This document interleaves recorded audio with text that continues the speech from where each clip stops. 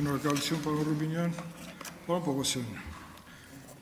Հասմիկը Հակոբյան շատ կարևոր հարց հնչեցրեց կապված Արարատ Միրզոյանի նկատմամբ սպանության փորձի հետ կապված։ Նախորդ օրը գլխավոր դատախազին ես հարց էի ուղղել եւ հարցի հետ կապված նաեւ ելույթ ունեցել հոկտեմբերի 27-ի հետ կապված։ Մարտի 1-ի փաստավակ խմբի զեկույցներին դուք տեղյակ եք, փաստավակ խմբի 5 զեկույցներին, որոնցից մեկը առնչվում է ապօրինի զինված խմբերի գոյությանը։ Հիմա ես ուզում եմ ձեզ հարցնեմ, դուք այս բոլոր գործերով ինչ որ չափով առնչություն ունեցել եք սկսած ազգային անվտանգության ծառայության քննչական մարմնի ղեկավար լինելուց, թե հոկտեմբերի 27-ով, թե ներկայիս հոկտեմբերի 27-ի անջատված մասով, թե նաև մարտի 1-ին, չնայած հակակոռուպցիոն կոմիտեում է հիմնականում մարտի 1-ի գործի քննությունը իրականացվել կամ պետք է շարունակվի։ Ինչ հոդված է դրված Արարատ Միրզոյանը դրանք մի կողմ, մայր գործին, ինչ որակավորում է տրվել քննչական մարմնի կամ գլխավոր դատախազության կողմից։ Նոյեմբերի 9-ին 10-ին ինչ գործողություն է եղել։ Սպանության փորձ միայն Արարատ Միրզոյանի խուլիգանություն, թե այնուամենայնիվ իշխանության զավթման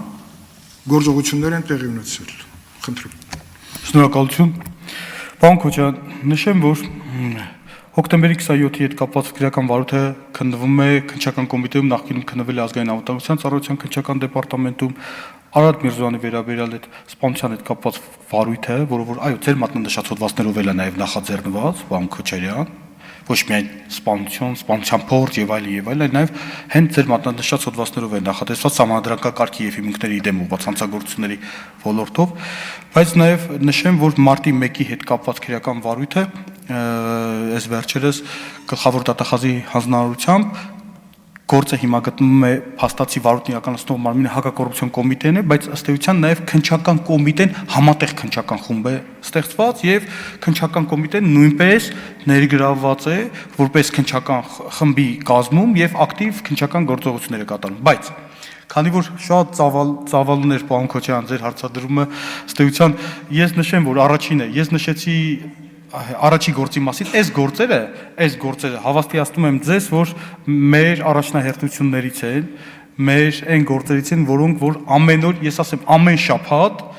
կոնկրետ շաբաթը 1 օր, այս գործերն է, ամբողջ օրը քննարկվում է այս գործերը եւ այս գործով կատարած աշխատանքը։ Ես չեմ ուզում առաջ ընկնեմ ժամանակից եւ չեմ ցանկանում քրեական վարույթի բնականոն ընթացքի հետ կապված այնպիսի դիտարկումներ իրականացնեմ, որոնք որևիցե կերպ կարող են խոչընդոտ հանդիսանալ, բայց պարոն Քոչարյան, քրեական վարույթներով քննչական կոմիտեն ակտիվ գործողություններ է իրականացնում, սկսած նոյեմբերի 9-ի 10-ի տեղի ունեցած իրադարձությունների հետ կապված այս շաբաթ էլ եւ ամեն շաբաթ արդյունքը տեսանելի կլինի հանրությանը, մենք դրա հետ կապված պարբերաբար հաղորդագրություններ կտարածենք, որպեսզի մինչև դատարան ուղարկելը հասկանան, որ քննչական կոմիտեն ինչ ծավալի աշխատանք է կատարում եւ հավաստիացնում եմ ձեզ, այդ աշխատանքը ամենօրյա է։ Հոկտեմբերի 27-ի հետ կապված դուք գիտեք, որ քրեական վարույթը ինքը գաղտնիության գաղտնի ռեժիմով է քննվում, բայց հավաստիացնում եմ, որ այս քրեական վարույթով դարձյալ մեծածավալ եւ հսկայական գործողություններ է կատարվում։ Մարտի 1-ի հետ կապված էլ քննչական կոմիտեն այն իր ուղղության մասով այս պահին էլ նույնիսկ գործողություններ են կատարում։ Առաջիկայում կարծում եմ այս գործերով տեսանելի եւ շոշափելի արդյունքներ կունենանք, որովհետեւ ես տեղյակ եմ, որ այս գործերով առնվազն մեր հանրությունը եւ մեր ժողովուրդը սպասելիքներ ունեն եւ սպասում են այս գործերով կոնկրետ պատասխանների։ Իսկ մենք կոչված ենք, որպեսի այդ պատասխանների հետ կապված գործողություններ ձեռնարկենք, որպեսի մյուս անգամ ստեղ գալուց ասելիք ունենանք։ Ցանկանք։ Ես ասեմ, որ դուք շատ ճիշտ նշեցիք մեր ժողովրդի սպասումների մասով եւ այսօր էլ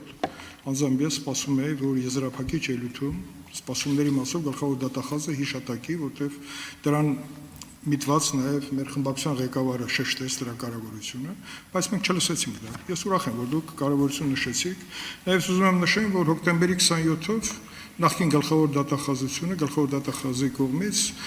հոկտեմբերի 27-ը որակավորել է ոչ թե համարական կարգի հետ միտված գործողություն, այլ տերորիստական ակտ։ Պարզա չէ՞ որ Նա լրիվ կյանքը ցույց տվեց, թե ինչի էր միտված այդ գործողություն եւ ինչ տեղի ունեցավ։ Ուզում ասեմ, նաեւ այստեղ էլ մենք խնդիր ունենք որակավորման հետ կապված, նաեւ իշխանության զավթման հետ կապված նոյեմբերի 9-ի գիշերը եւ 10-ին